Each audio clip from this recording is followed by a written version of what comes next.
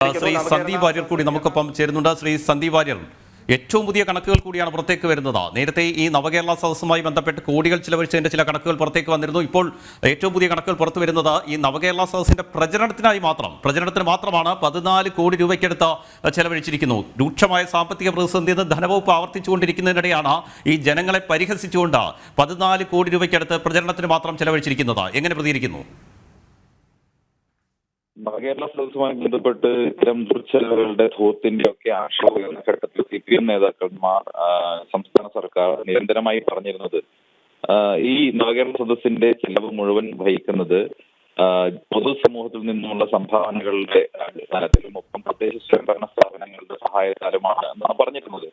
പക്ഷെ ഇപ്പോൾ വ്യക്തമാവുന്നത്, നിങ്ങൾ പുറത്തു കൊണ്ടുവന്ന റിപ്പോർട്ട് പ്രകാരം വ്യക്തമാവുന്നത്, ഇതിന്റെ പ്രചരണത്തിന് മാത്രമായി 14 കോടി രൂപ നീക്കിവെച്ചു എന്നാണ്. ഞാൻ നേരത്തെ മനസ്സിലാക്കുന്നത് ടൂറിസം വകുപ്പ് തന്നെ കോടിക്കണക്കിന് രൂപ മാത്രം ടൂറിസം വകുപ്പിന് വേണ്ടി മാത്രം മാറ്റിവെച്ചിട്ടുണ്ട്. അങ്ങനെ സംസ്ഥാനത്തുടനീളം വിവിധ വകുപ്പുകൾ ഈ നവകേരള സദസ്സുമായി ബന്ധപ്പെട്ട് നടത്തിയിട്ടുള്ള ചെലവുകളുടെ കണക്കെന്ന് പറയുന്നത് അതിഭീമമായിട്ടുള്ള ചെലവാണ്. അത് വാസ്തവത്തിൽ നമ്മുടെ എത്രയോ ആളുകൾക്ക്, എത്രയോ വീടില്ലാത്ത ആയിരക്കണക്കിന് ആളുകൾ, ഇപ്പോഴും ലൈഫ് ഭവന പദ്ധതിയിൽ വീട് കിട്ടാത്ത ആയിരക്കണക്കിന് ആളുകൾക്ക് വീട് കൊടുക്കാനെങ്കിലും അത് ഉപകരിക്കുമായിരുന്നു. പെൻഷൻ കിട്ടാത്തവർക്ക് പെൻഷൻ കൊടുക്കാൻ ആ പണം ഉപകരിക്കുമായിരുന്നു. നമ്മൾ നോക്കൂ, ഈ ധൂർത്തും ധാരാളിത്തവും ഒക്കെ നടത്തുന്നത് ആരുടെ മുന്നിലൂടെയാണ്? ഇപ്പോൾ 5-6 മാസക്കാലമായി ക്ഷേമ പെൻഷൻ നിഷേധിക്കപ്പെട്ട സാധാരണക്കാരായ മനുഷ്യരുടെ മുമ്പിലൂടെയാണ് ഈ ധാരാളിത്തമൊക്കെ നടത്തിയത്.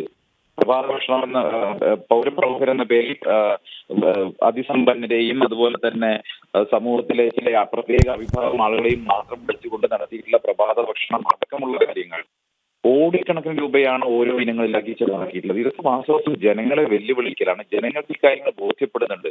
ഇവിടെ സാധാരണക്കാരായ ജനങ്ങൾ ജീവിക്കാൻ വേണ്ടി ബുദ്ധിമുട്ടുന്ന സമയത്ത് അവരുടെ അന്നത്തെ കാര്യങ്ങൾ പോലും നിർവഹിക്കാൻ വേണ്ടി കഷ്ടപ്പെടുന്ന ഒരു സാഹചര്യത്തിൽ, ജനങ്ങൾ ക്ഷേമ പെൻഷൻ കിട്ടാതെ പിച്ചച്ചട്ടി എടുക്കേണ്ടി വരുന്ന ഒരു സാഹചര്യത്തിൽ, അങ്ങനെ പിച്ചച്ചട്ടി എടുത്തവരെ പോലും, സമാധാനപരമായിട്ടുള്ള പ്രതിഷേധം രേഖപ്പെടുത്തിയവരെ പോലും ആക്രമിക്കുകയും ജീവൻ രക്ഷാ പ്രവർത്തനം നടത്തുകയും എന്ന പേരിൽ എല്ലാവരെയും അധിക്ഷേപിക്കുകയും ആക്രമിക്കുകയൊക്കെ ചെയ്ത സാഹചര്യത്തിൽ, മറുവശത്ത് CPM നേതൃത്വം പിണറായി വിജയന്റെ നേതൃത്വത്തിൽ ഇങ്ങനെ ധൂർത്തും ധാരാളിത്തവും കാണിച്ചൊരു ബെൻസ് ബസ്സിൽ കയറി മുന്നോട്ട് പോകുമ്പോൾ കേരളത്തിലെ ജനങ്ങൾ ഇനി എന്താണ് ചെയ്യേണ്ടത്? ഈ അഴിമതി നിറഞ്ഞ, ഈ ധൂർത്തും ധാരാളിത്തവും നിറഞ്ഞ ഇതിനെ ചോദ്യം ചെയ്യുന്നവരെ മുഴുവൻ ആക്രമിക്കുകയും ചോദ്യം ചെയ്യുന്നവരെ മുഴുവൻ കള്ള കേസുകൾ കുടുക്കി ജയിലുകളിലേക്കുള്ളാക്കുകയൊക്കെ ചെയ്യുന്ന ഒരു സർക്കാർ ഈ സംസ്ഥാനം ഭരിച്ചുകൊണ്ടിരിക്കുകയാണ്. ഇതിന് പൊതുജനങ്ങളുടെ വലിയ തോതിലുള്ള പ്രതിഷേധം അവരുടെ മനസ്സിനുള്ളിൽ രൂപപ്പെട്ടു വരികയാണ്. ഇത് തീർച്ചയായിട്ടും CPM-ന്റെ പതനത്തിന്, ഈ സർക്കാരിന്റെ പതനത്തിന് വഴിമരുന്നിടും എന്നുള്ള കാര്യത്തിൽ ഒരു സംശയവും വേണ്ട. ശ്രീ സന്ദീപ് വാര്യർ, ഇതുമായി ബന്ധപ്പെട്ട് പരിശോധിക്കേണ്ട മറ്റൊരു കാര്യമാണ്, 90% പരാതികൾക്കും ഒരു പരിഹാരവും ഉണ്ടായിട്ടില്ല. പിന്നെ ആർക്ക് വേണ്ടിയാണ് ഇത്രയും കോടികൾ ചെലവഴിച്ചുകൊണ്ട് കാസർഗോഡ് മുതൽ തിരുവനന്തപുരം വരെ യാത്ര നടത്തിയതെന്നാണ് തുടക്കത്തിൽ മുഖ്യമന്ത്രി ഉൾപ്പെടെ പറഞ്ഞിരുന്നത്. ജനങ്ങളെ നേരിട്ട് കണ്ട് പരാതികൾക്ക് പരിഹാരമുണ്ടാക്കുമെന്നാണ്. ആ പരാതികൾക്ക് പരിഹാരമുണ്ടാക്കിയതൊക്കെ നമ്മൾ കണ്ടതാണ്. ബാങ്ക് വായ്പയിൽ ഇളവ് തേടി ഒരാൾ ചെല്ലുമ്പോൾ 500 രൂപയാണ് കുറച്ച് നൽകിയിരിക്കുന്നത്. അതായത് രാവിലെ മുതൽ കാത്തുകെട്ടി നിന്ന് അപേക്ഷ നൽകിയ ആൾക്ക് 500 രൂപ കുറച്ച് നൽകുന്നു. ഇത് തന്നെയാണ് സംസ്ഥാനത്ത് പലയിടത്തും. മാത്രമല്ല, അതിൽ തന്നെ 90% പരാതികൾക്കും ഇതുവരെ പരിഹാരം കണ്ടിട്ടില്ലെന്നാണ് സർക്കാരിന്റെ കണക്കുകൾ തന്നെ പുറത്തു വരുന്നത്. പൊതുസമൂഹത്തിന്റെ പരാതികൾക്ക് പരിഹാരം ഉണ്ടാക്കേണ്ടത് സംസ്ഥാനം ഭരിക്കുന്നവരുടെ ചുമതലയാണ് എന്നുള്ള കാര്യത്തിൽ തർക്കമൊന്നുമില്ല. പക്ഷേ നമ്മുടെ സംസ്ഥാനത്ത് മുഖ്യമന്ത്രിയുടെ പരാതി പരിഹാര സെൽ എന്നൊരു സംവിധാനം സെക്രട്ടേറിയറ്റിൽ പ്രവർത്തിക്കുന്നുണ്ടല്ലോ. കഴിഞ്ഞ 7-8 വർഷക്കാലത്തിനുള്ളിൽ ആ സെല്ലിലേക്ക് ലഭിച്ച പരാതികളിൽ എത്ര എണ്ണത്തിന് പരിഹാരം ഉണ്ടാക്കി കൊടുക്കാൻ കേരളം ഭരിച്ച ആളുകൾക്ക് സാധിച്ചിട്ടുണ്ട്?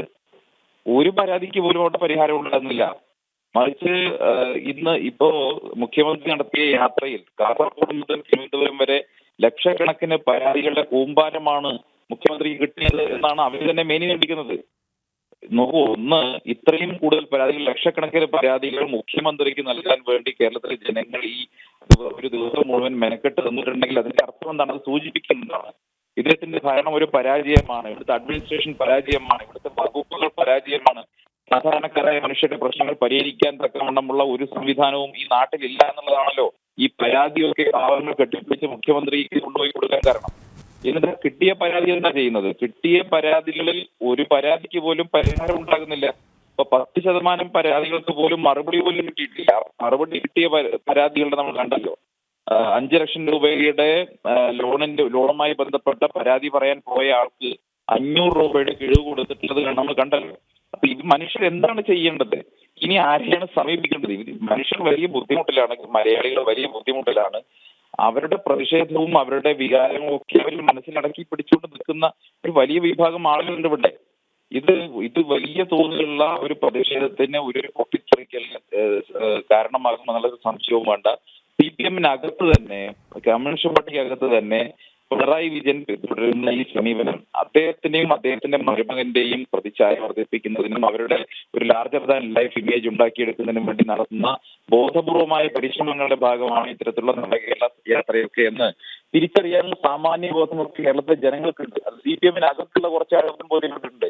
അതിന്റെയൊക്കെ പ്രതിഫലനമാണ് MT. തീർച്ചയായും വളരെയധികം നന്ദി ശ്രീ സന്ദീപ് വാര്യർ ഈ സമയം പ്രതികരിച്ചതിന്.